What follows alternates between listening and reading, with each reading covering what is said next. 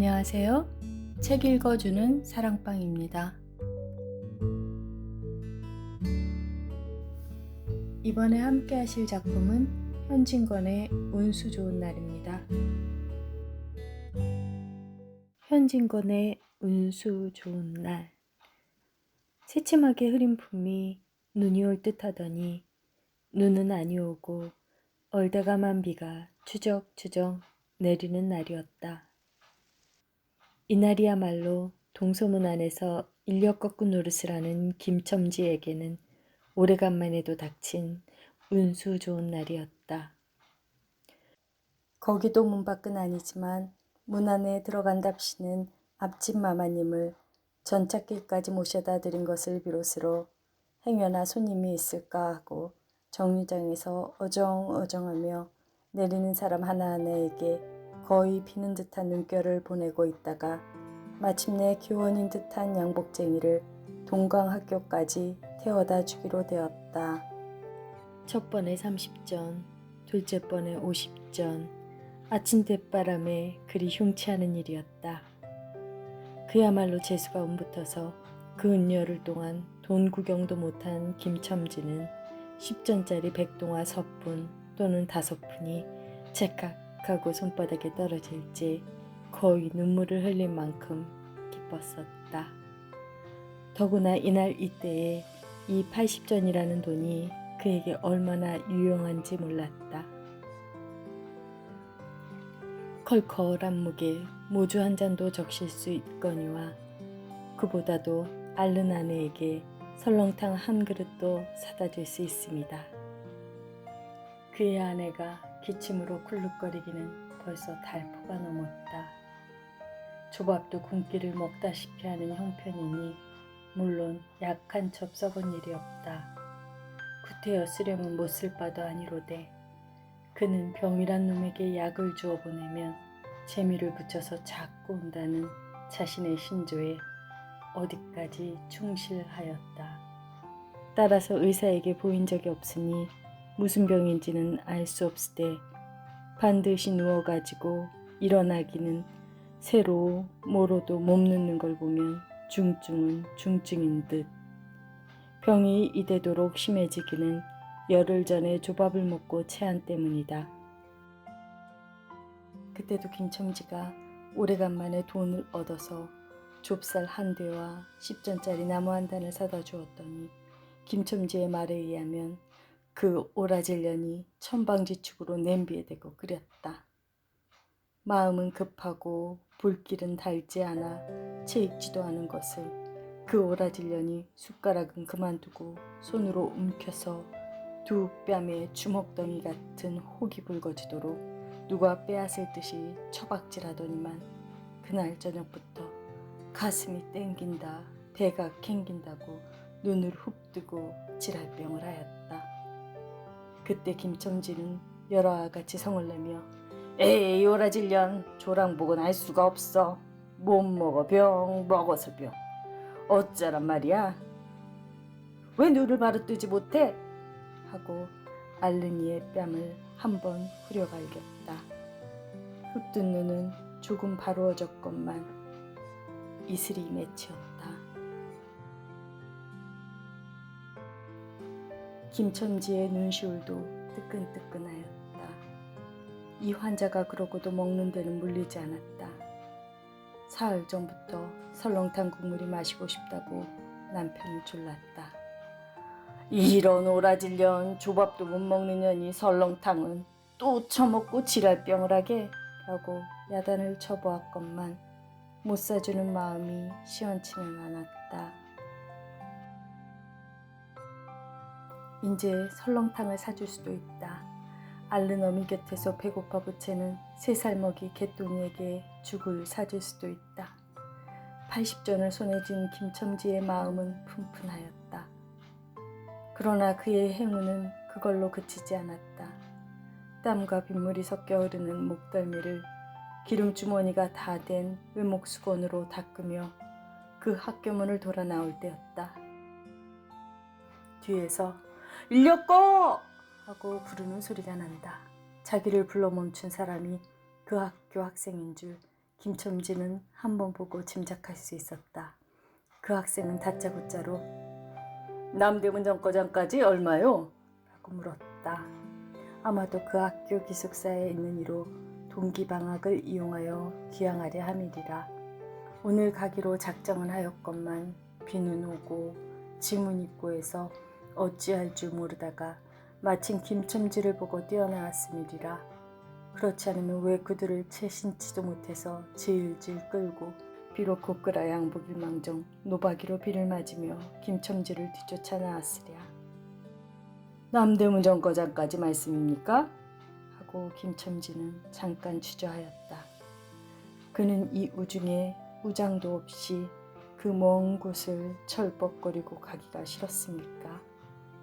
처음 것 둘째 것으로 고만 만족하였습니까? 아니다. 결코 아니다. 이상하게도 꼬리를 맞물고 덤비는 이 행운 앞에 조금 겁이 났습니다. 그리고 집을 나올 때 아내의 부탁이 마음이 캥겼다. 앞집 마마님한테서 부르러 왔을 때 병이는 뼈만 남은 얼굴에 유일의 샘물 같은 유달리 크고 움푹한 눈에 애걸하는 빛을 띄우며 오늘은 나가지 말아요. 제발 덕분에 집에 붙어 있어요. 내가 이렇게 아픈데 라고 모기 소리같이 중얼거리고 숨을 걸그렁 하였다. 그때의 김첨지는 대수롭지 않은 듯이 아따 젠장 맞을년 별 빌어먹을 소리를 다 하네. 맞붙들고 앉아있으면 누가 먹여 살려줄 줄 알아?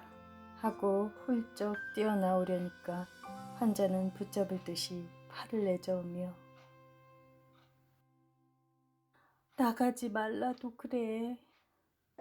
그러면 일찍이 들어와요. 하고 목매인 소리가 뒤를 따랐다. 정거장까지 가잔 말을 들은 순간에 경련 쪽으로 떠는 손, 유달리 큼직한 눈, 울듯한 아내의 얼굴이 김첨지의 눈앞에 어른어른하였다. 그래 남대문 정거장까지 얼마란 말이오? 하고 학생은 주저앉듯이 인력 거꾼의 얼굴을 바라보며 혼잣말같이 인천차가 11점에 있고 그 다음에는 새로 2점이든가? 라고 중얼거린다. 이런 50점만 주십시오. 이 말이 저도 모를 사이에 불쑥 김첨지의 입에서 떨어졌다. 제 입으로 부르고도 스스로 그 엄청난 돈 액수에 놀랐다. 한꺼번에 이런 금액을 불러라 본 지가 그 얼마만인가. 그러자 그 돈 벌 용기가 병자에 대한 염려를 사르고 말았다.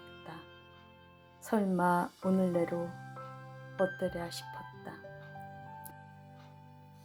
무슨 일이 있더라도 제1의 행운을 곱친 것보다고 오히려 갑자리 많은 이 행운을 놓칠 수 없다 하였다. 이런 50전은 너무 과한데? 이런 말을 하며 학생은 고개를 기웃하였다. 아니오시다. 이수로 치면 여기서 거기가 시오리가 넘는답니다. 또 이런 짓날은 좀 더 주셔야지요. 하고 빙글빙글 웃는 차부의 얼굴에는 숨길 수 없는 기쁨이 넘쳐 흘렀다. 그러면 달라는 대로 줄 터이니 빨리 가요. 관대한 어린 손님은 이런 말을 남기고 총총히 옷도 입고 짐도 챙기러 갈대로 갔다. 그 학생을 태우고 나선 김첨지의 다리는 이상하게도 거뿐하였다. 다름질을 한다는 이보다 거의 나는 듯하였다. 바퀴도 어떻게 속히 도는지 구른다는 이보다 마치 얼음을 지쳐나가는 스케이트 모양으로 미끄러져 가는 듯하였다. 언 땅에 비가 내려 미끄럽기도 하였지만 이윽고 끄는 이의 다리는 무거워졌다. 자기 집 가까이 다다른 까닭이다. 새삼스런 염려가 그의 가슴을 눌렀다. 오늘은 나가지 말아요. 내가 이렇게 아픈데. 이런 말이 잉잉 그의 귀에 울렸다. 그리고 병자의 움푹 들어간 눈이 원망하듯이 자기를 노리는 듯하였다. 그러자 엉엉하고 우는 개똥이의 곡성을 들은 듯 싶다. 딸꾹딸꾹하고 숨 모으는 소리도 나는 듯 싶다. 왜 이라오? 기차 놓치겠구먼. 하고 타니의 초조한 부르짖음이 간신히 그의 귀에 들어왔다. 언뜻 깨달으니 김첨지는 인력거를 쥔 채 길 한복판에 엉거주춤 멈춰있지 않은가. 아, 예. 하고 김첨지는 또다시 다름질하였다. 집이 차차 멀어갈수록 김첨지의 걸음에는 다시금 신이 나기 시작하였다. 다리를 제게 놀려야만 쉴 새 없이 자기의 머리에 떠오르는 모든 근심과 걱정을 잊을 듯이 정거장까지 끌어다주고 그 깜짝 놀란 이런 50전을 정말 제 손에 짐에 제 말 맞다나 심리나 되는 길을 비를 맞아가며 질퍽거리고 온 생각은 아니하고 거저나 얻은 듯이 고마웠다. 졸부나 된 듯이 기뻤다. 제 자식벌밖에 안 되는 어린 손님에게 몇 번 허리를 굽히며 안녕히 다녀오십시오 라고 깍듯이 재우쳤다. 그러나 빈 인력거를 털털거리며 이 우중에 돌아갈 일이 꿈밖이었다. 노동으로 하여 흐른 땀이 식어지자 굶주린 창자에서 물 흐르는 옷에서 어슬어슬 한기가 솟아나기 비롯하며 이런 50전이란 돈이 얼마나 괜찮고 괴로운 것인 줄 절절히 느끼었다. 정거장을 떠나는 그의 발길은 힘하나 없었다. 온몸이 옹성그려지며 당장 그 자리에 엎어져 못 일어날 것 같았다. 젠장 맞을 것. 이 비를 맞으며 빈 인력거를 털털거리고 도라를 깐다.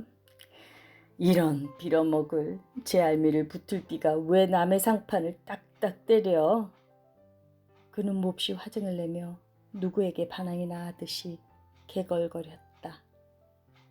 그럴 즈음에 그의 머리엔 또 새로운 광명이 비쳤나니 그것은 이러고 갈 게 아니라 이 근처를 빙빙 돌며 차 오기를 기다리면 또 손님을 태우게 될는지도 몰라 라는 생각이었다.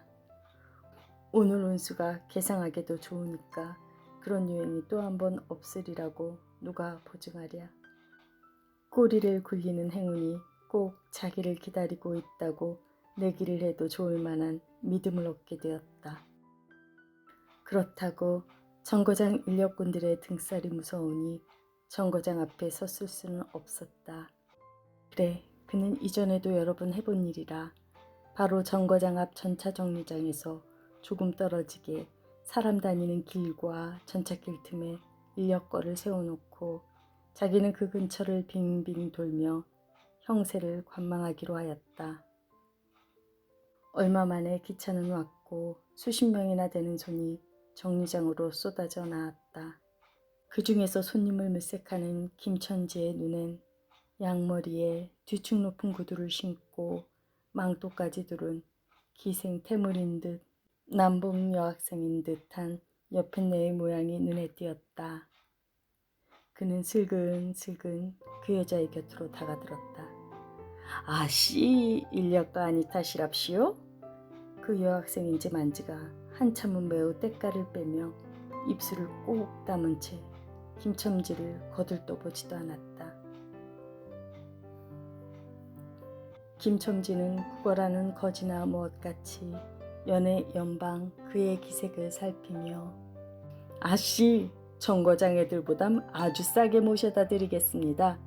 댁이 어디신가요? 하고 추근추근하게도 그 여자의 들고 있는 일본식 버들고리 짝에 제 손을 대었다. 왜 이래? 남 귀치않게! 소리를 병력같이 지르고는 돌아선다. 김첨지는 어랍쇼 하고 물러섰다. 전차는 왔다. 김첨지는 원망스럽게 전차 타는 일을 노리고 있었다. 그러나 그의 예감은 틀리지 않았다. 전차가 빡빡하게 사람을 싣고 움직이기 시작하였을 때 타고 남은 손 하나가 있었다. 굉장하게 큰 가방을 들고 있는 걸 보면 아마 붐비는 차 안에 짐이 크다 하여 차장에게 밀려 내려온 눈치였다.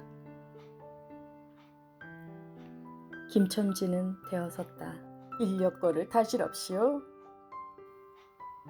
한동안 값으로 승강이를 하다가 60전에 인사동까지 태워다 주기로 하였다. 인력거가 무거워짐에 그의 몸은 이상하게도 가벼워졌고, 그리고 인력거가 가벼워지니 몸은 다시금 무거워졌건만 이번에는 마음조차 초조해 온다. 집의 광경이 자꾸 눈앞에 어른거리어 인제 유행을 바랄 여유도 없었다. 나무 등거리나 무엇 같고 제것 같지도 않은 다리를 연애 꾸짖으며 질팡갈팡 뛰는 수밖에 없었다. 저놈의 인력거꾼이 저렇게 술이 취해가지고 이 진 땅에 어찌 가노 라고 길 가는 사람이 걱정을 하리만큼 그의 걸음은 황급하였다.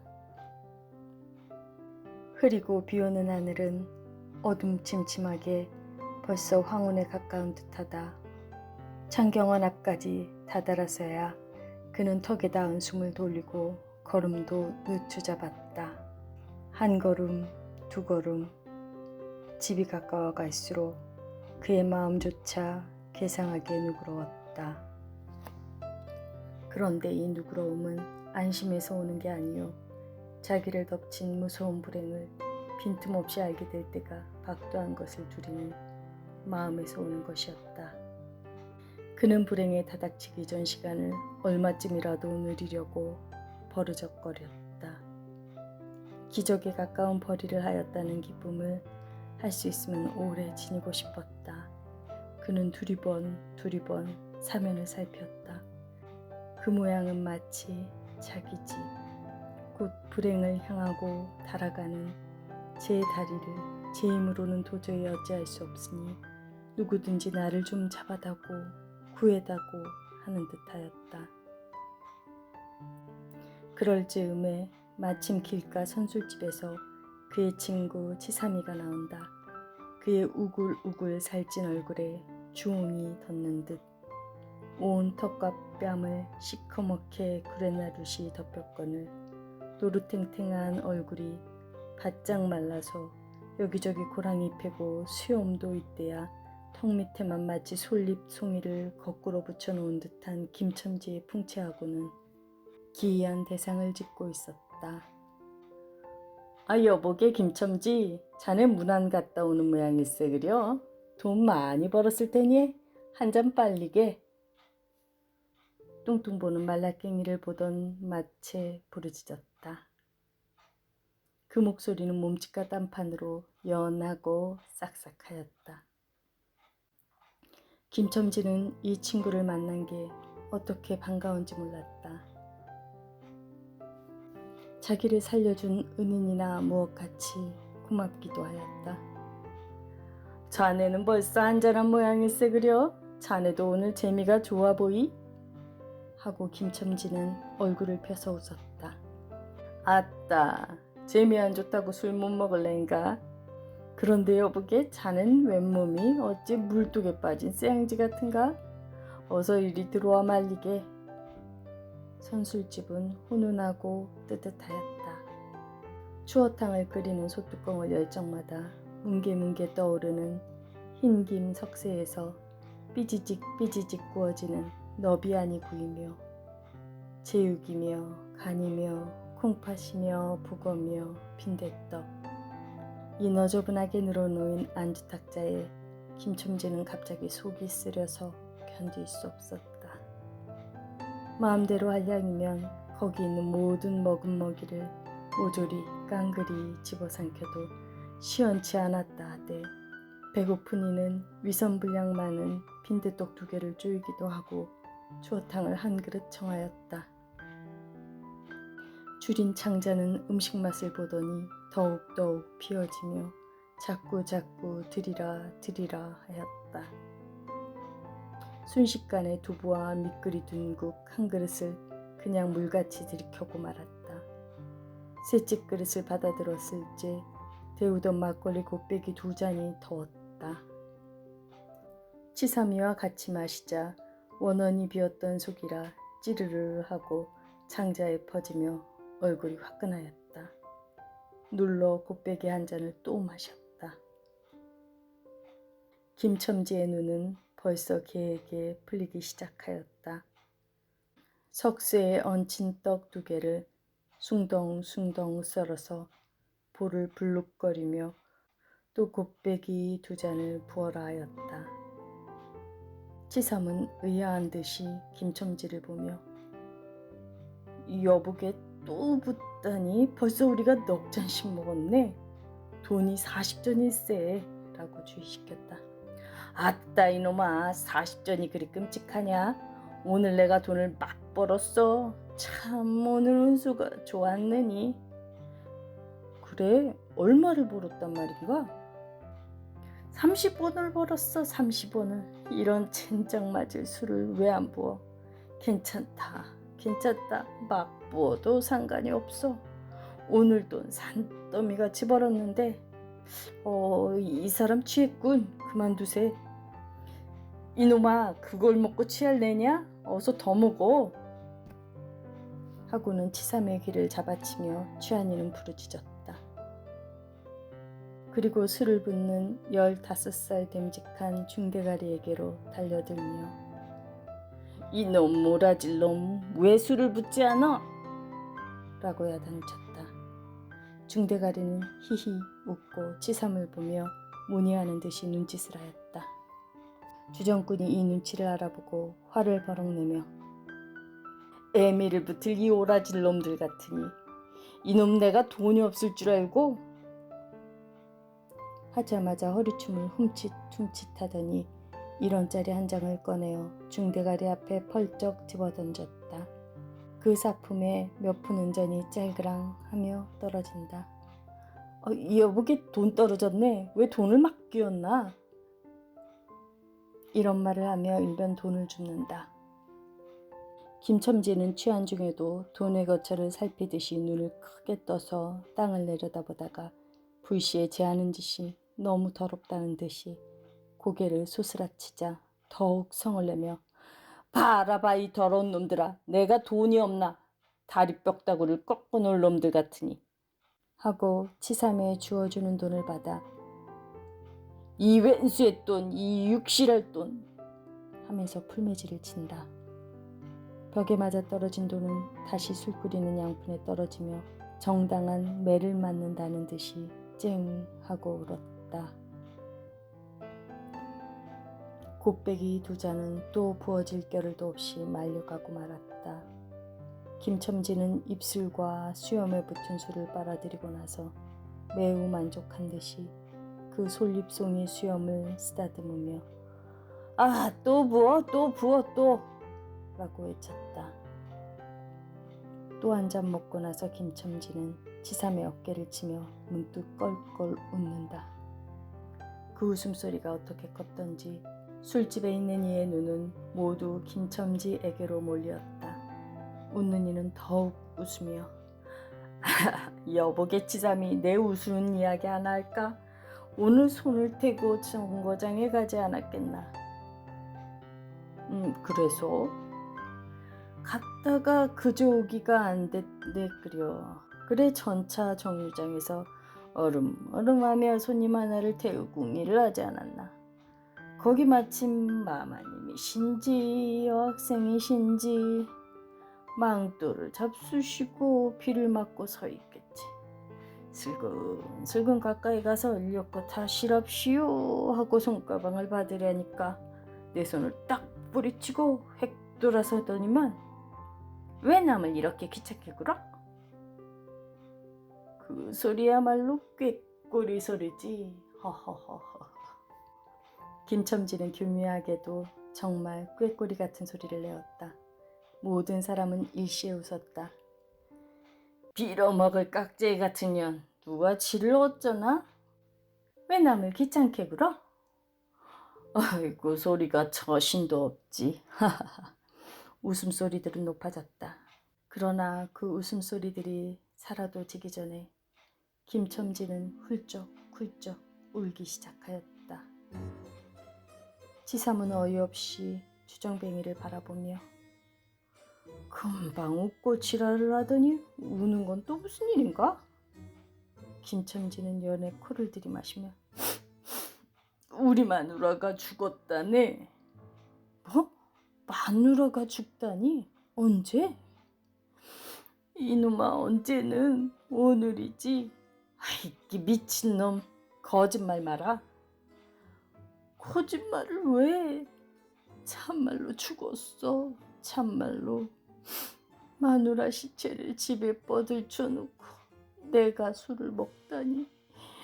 내가 죽일 놈이야, 죽일 놈이야 하고 김첨지는 엉엉 소리를 내어 운다. 지삼은 흥이 조금 깨어지는 얼굴로 이 사람아, 참말을 하나 거짓말을 하나? 그러면 집으로 가세, 가 하고 우는 이의 발을 잡아당겼다. 지삼의 끄는 손을 뿌리치더니 김첨지는 눈물이 글썽글썽한 눈으로 싱그레 웃는다. 죽기는 누가 죽어? 하고 득이가 양양. 죽기는 왜 죽어? 생때같이 살아만 있단다. 그 오라질년이 밥을 죽이지. 이제 나한테 속았다. 하고 어린애 모양으로 손뼉을 치며 웃는다. 이 사람이 정말 미쳤단 말인가? 나도 아주머니가 앓는단 말은 들었는데 하고 지삼이도 어느 불안을 느낀 듯이 김첨지에게 또 돌아가라고 권하였다. 아, 안 죽었어, 안 죽었대도 그래.